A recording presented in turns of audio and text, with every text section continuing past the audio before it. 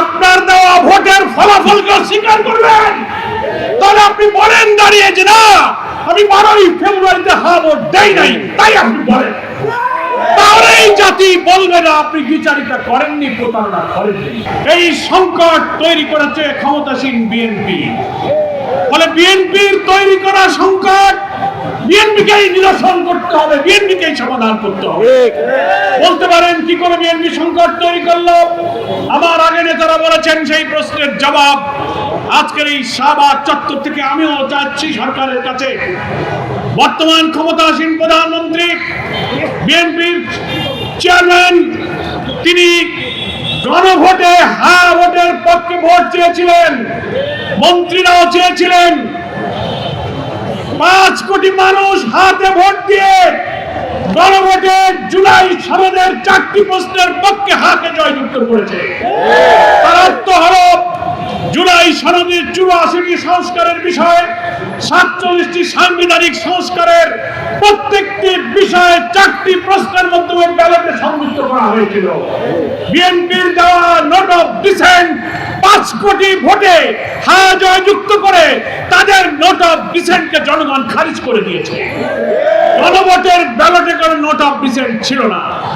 এখন প্রধানমন্ত্রীর কাছে প্রশ্ন, আপনি যে গণভোটে হাতে ভোট দিতে বলেছিলেন, আমরা গণমাধ্যমে দেখেছিলাম ভোটের দিন আপনিও ভোট কেন্দ্রে গিয়েছিলেন। একই দিনে জাতীয় নির্বাচনের ভোট, গণভোট, 2টা ভোট আপনি দিয়েছেন। আপনার হাতে ভোট দেওয়ার অর্থ হলো জুলাই সনদের সমস্ত সংস্কারের পক্ষে আপনি হ্যাঁ বলেছেন।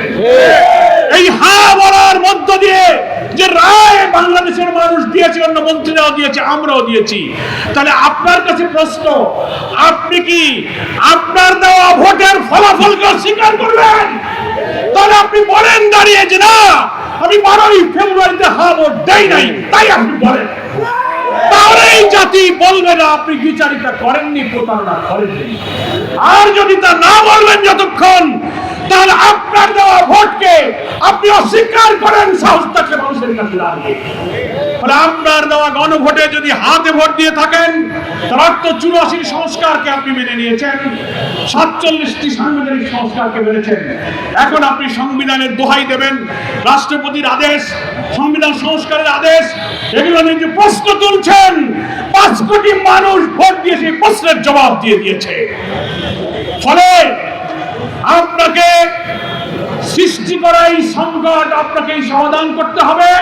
তার অর্থ হলো চলমান সংসদে, সংবিধান সংস্কার পরিষদে আপনি শপথ গ্রহণ করুন আপনার দলকে নিয়ে, জুলাই সনদকে মেনে নিন, গণভোটের ফলাফল কার্যকর করার জন্য সেই জুলাই সংস্কার যে সংবিধান সংস্কারের পরিষদ, সেই পরিষদে আলোচনা করে আইনে পরিণত করে সংবিধানের তফসিলে আপনি অন্তর্ভুক্ত করুন।